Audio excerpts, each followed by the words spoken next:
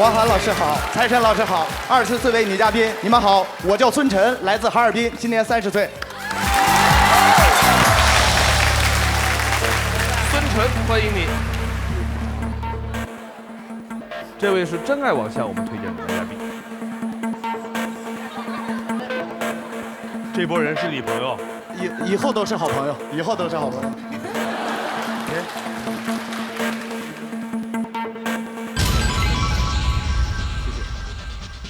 24位女生对孙晨印象如何？请考虑。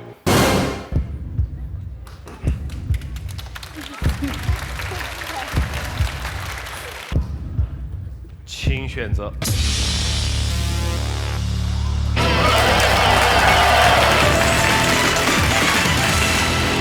从鼓掌，我们就能听得出来，今天这波观众不常来。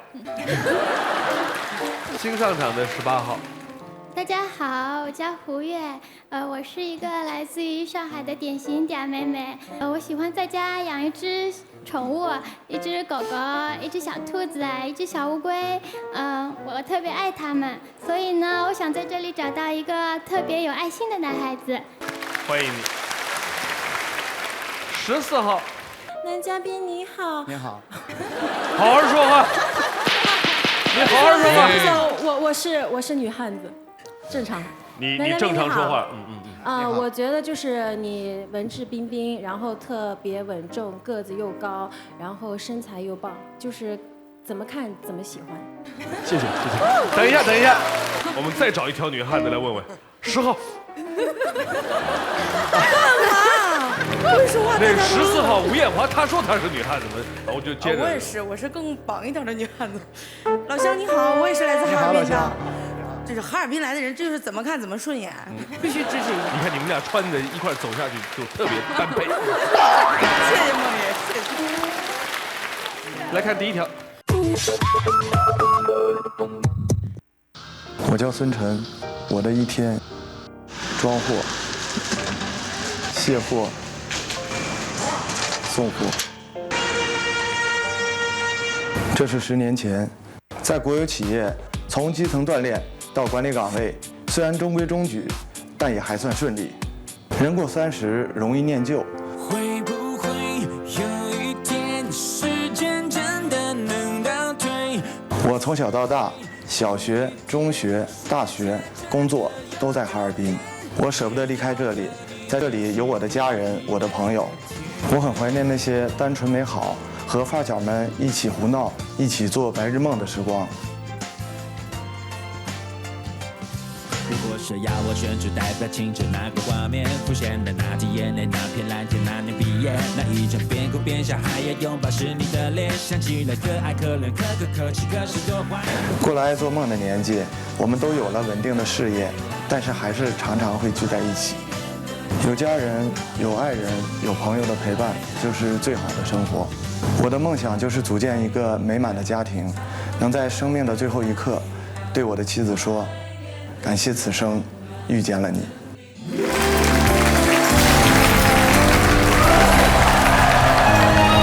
谢。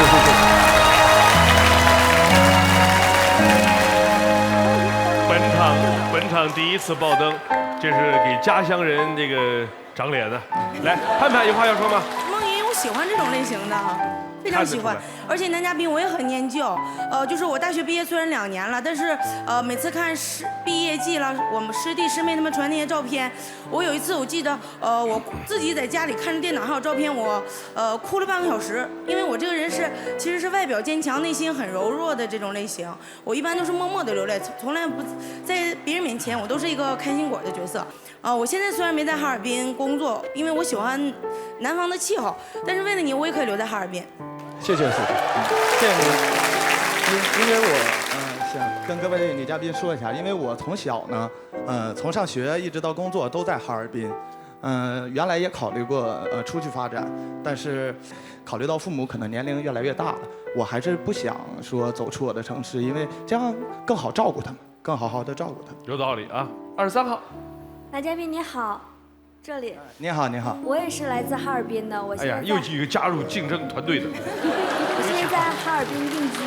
然后呢，我想自我介绍一下嘛，就是我觉着我也是够孝顺的，我觉着你可以多考虑考虑我。啊，好，谢谢。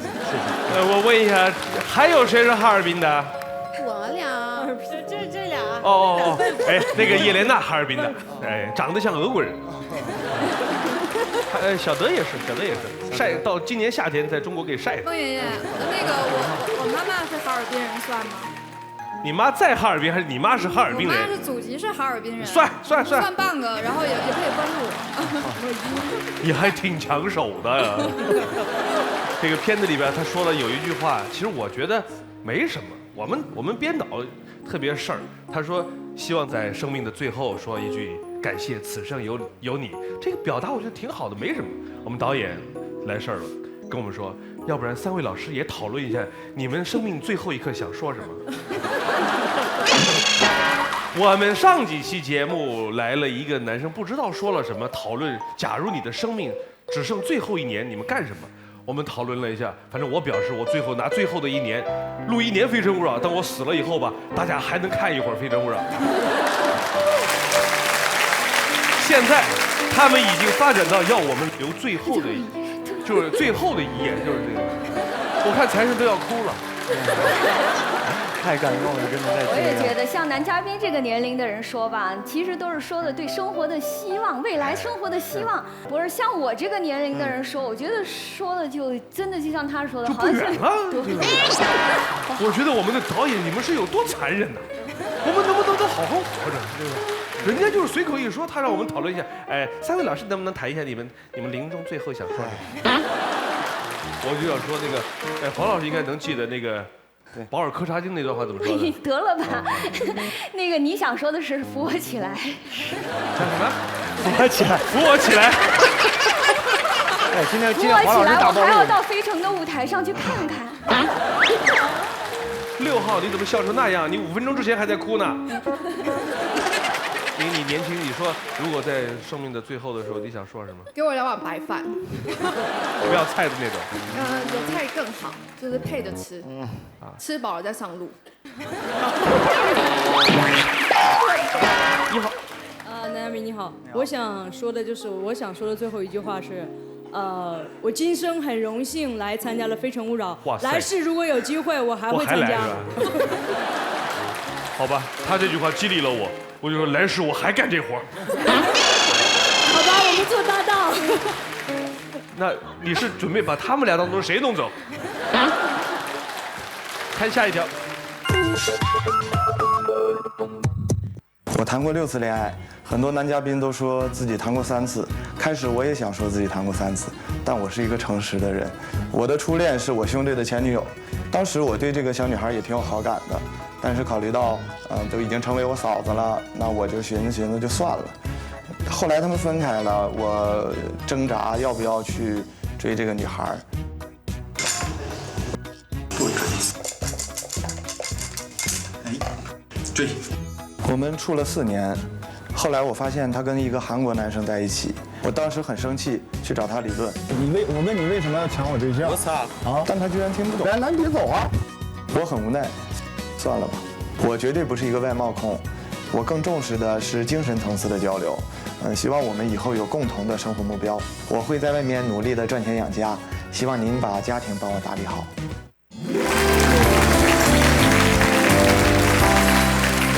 这个里边有一个很刺激的话题，我想问问场上的女生，你们有多少人介意自己的女友和自己的前男友在一块儿？12号。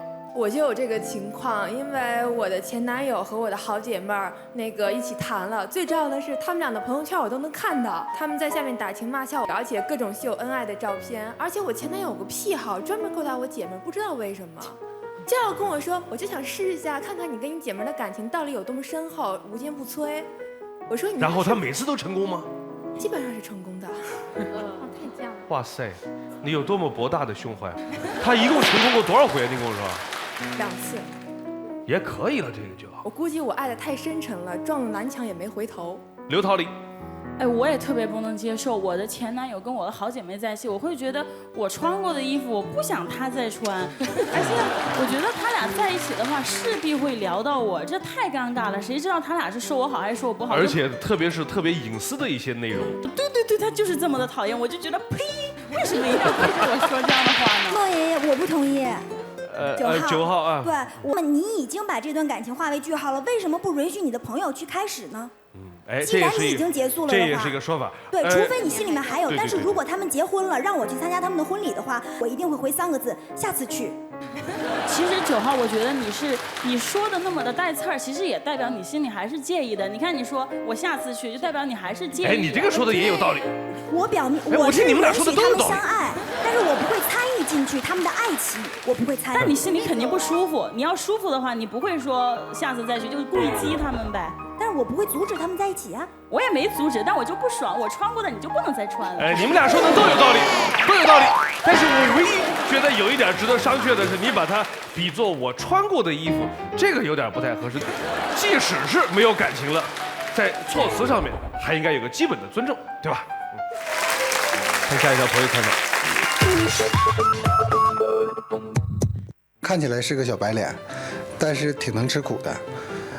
刚开始我们一起扛过，现在想想挺难忘的。我和孙晨从小光屁股一起长大，现在工作都忙了，但是他特别的重感情，只要一有时间呢，就把这些哥们招出来聚会、聊天啊，我们也特别感动。口才又好，长得又帅，所以很多我喜欢的女孩呢，最后跟了他。他是处几个黄几个，所以女人不要太注重男人的外表，像我这种成熟稳重的才是王道。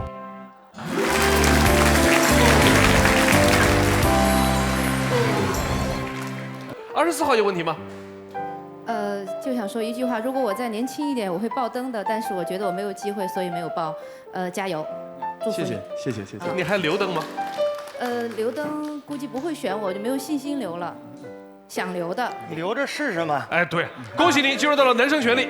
谢谢。有请10号。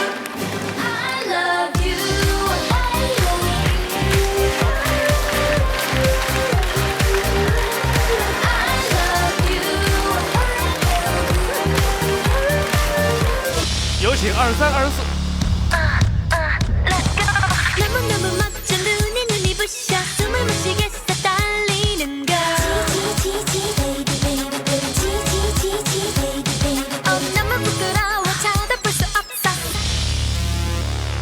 我们现在来看一下孙晨的心动女生是哪一位？11号。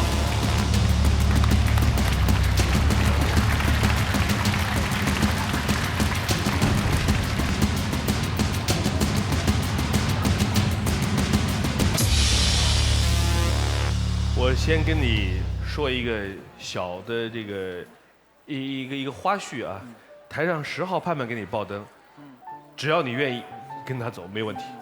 那个你的心动女生能不能跟你走，这谁都不知道。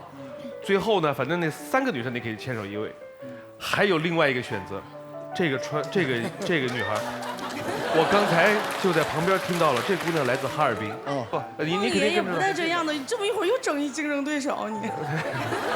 刚才这姑娘好像喜欢的也不行了。我们以前在节目当中发生过这样的事儿，就台上几个人都不走，然后台下一个人我喜欢他，我一走。我问那男嘉宾我说你乐意牵他吗？他乐意，俩人拉着时间就走了。这事儿在北京发生过。我现在跟你说，如果最后这个也是选项之一啊，我现在说你，但是你不许反悔，你反悔这个我翻脸。好，来看大屏，4个女生的10项基本资料，你选一项了解。我想了解一下她的择偶标准。择偶标准，我们来看看4个女生的是怎么说的。24号喜欢性格开朗、思想上进、心胸开阔、有健康生活习惯的男生，不喜欢沉闷、小心眼的男生。10号喜欢稳重、责任感强、在外话不多的男生，讨厌邋遢、优柔寡断、言行女性化、太瘦弱、像韩版花美男的男生。11号喜欢有责任心、对待感情专一、幽默的男生，讨厌小气、斤斤计较、花心的男生。23号心仪的男生，身材一定要健硕，最好是单眼皮，给人感觉成熟的感觉，特别不喜欢娇小的男生。最后一个问题。那我平常工作挺忙的，我要是晚上，假如说咱们在一起了之后，晚上回家晚了，会不会跪什么 CPU 啊、洗衣板啊，就惩罚我？来，顺着。分事儿，你要是做一些不正当的事儿的话，我肯定罚你。如果你真忙的话，其实我也挺忙，我也上班，正常都互相理解。我就希望就是没事儿给我发短信，然后就是想想我就可以了。盼盼。每天必须联系一下吧，但是我从来不会责罚男生，一般我只是唠叨2句，当面说清就可以了，就算了。唐慧玲。我一定会等你回来，因为我父母是离异的，一直没有家。如果有一个家，我会很珍惜的。就这样。听完4个女生的回答，你要做最后的决定。在决定之前，我们问问盼盼有没有话要说。男嘉宾你好，你好，我的家乡是哈尔滨，也是土生土长的哈尔滨人。我之所以喜欢南方的生活，是因为我小学、初中、高中一直是在哈尔滨生活，而且一直过着2点一线的生活。一直到大学，我在南方上的大学，所以我就决定留在了南方。但是如果你选择我的话，我愿意和你一起飞向哈尔滨，建设一个美好的家庭。谢谢。好，如果坚持选择11号，有可能被拒绝，你一个人回去。另外3个女生，你可以牵手其中1位，而且还可以带走这个哈尔滨的女生、女观众。想清楚。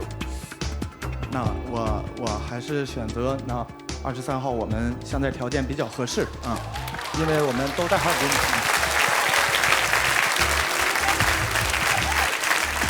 牵我的手，我知道你会带着我向前走，我不需要天长。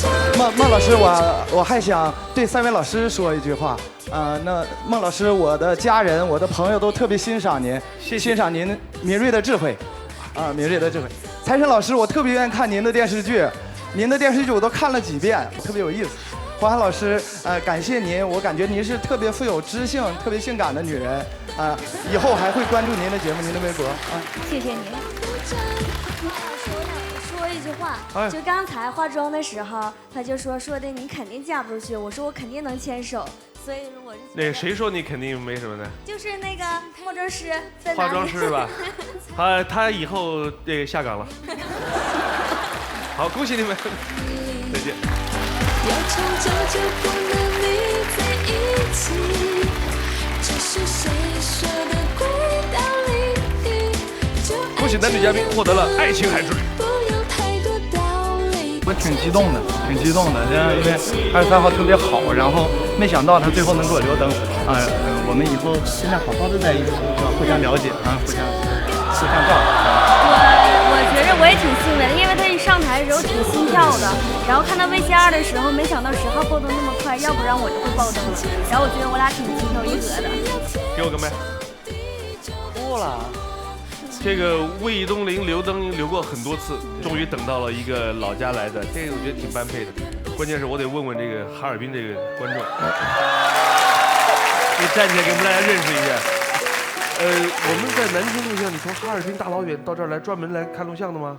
不是，我是那个在南京上学的。在南京念书，大几了？大4。大4哪个学校？南广的。南广。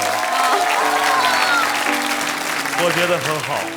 我们这个今天后边几个我不能确定还有哈尔滨来的，但是今天节目播完了之后，估计会有好多哈尔滨的在南京工作的男生有可能会联系你。你叫什么名字呀？